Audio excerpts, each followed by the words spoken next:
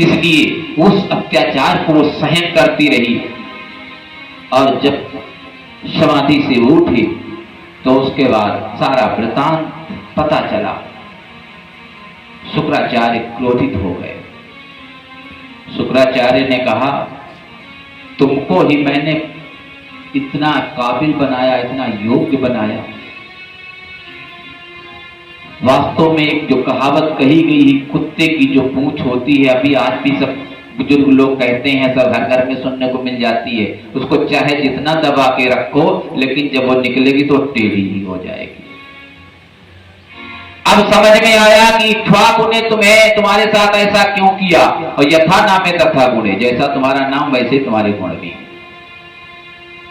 उसने कहा, जाओ मैं तुम्हें श्राप देता हूं, 7 दिन के अंदर सारी प्रसिद्धि, यहां तक कि तुम्हारा राज्य, पेड़ पौधे, पक्षी, जीव जंतु, तुम्हारे राज्य में जितना सब कुछ नष्ट हो जाएगा। इंद्र जी ऐसी मेघ वर्षा करेंगे, उसमें सब कुछ बर्बाद हो जाएगा। और अपनी पुत्री से कहा, पुत्री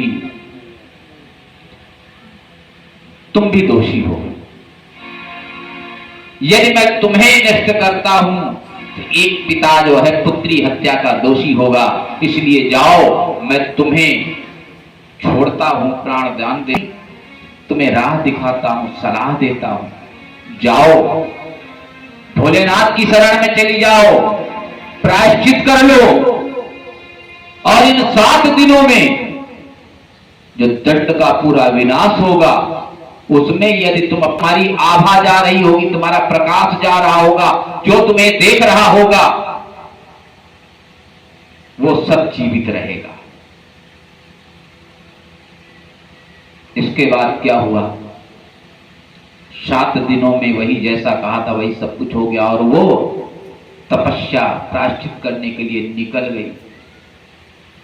और वहीं पर उसने जो है, कहावत कही जाती, जब काली पुत जाती है तो क्या करते हैं, उसने काला कपड़ा ओढ़ लिया और उसी काले कपड़े को ओढ़ करके वहां पर जो है तपस्या करती रही। हम दंड के किसी ऐसे व्यक्ति को, किसी ऐसे उसको हमारी नजर उस पर न पड़ जाए, क्यों कहा था, जहां तक तुम्हारा प्रकाश जाएगा, जहां तक तुम्हारी दृष्टि होगी,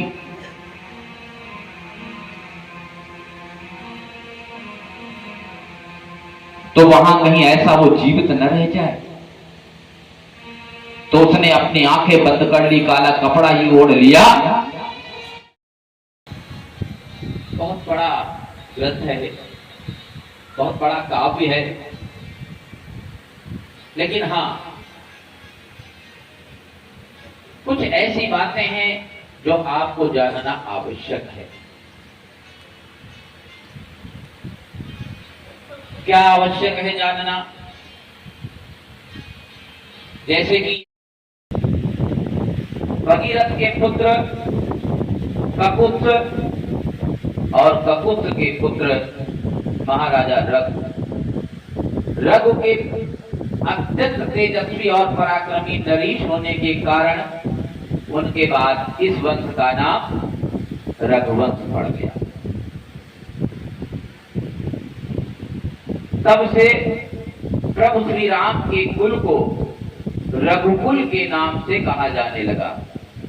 महाराजा रघु के पुत्र प्रविद्ध के पुत्र शंखण, शंखण के पुत्र सुदर्शन, सुदर्शन के पुत्र अग्निवर्ण, अग्निवर्ण के पुत्र शीघ्रग, और शीघ्रग के पुत्र महाराजा मरु। और आप सबकी तरफ से मैं इसका बोल वृंदावन बिहारी लाल की।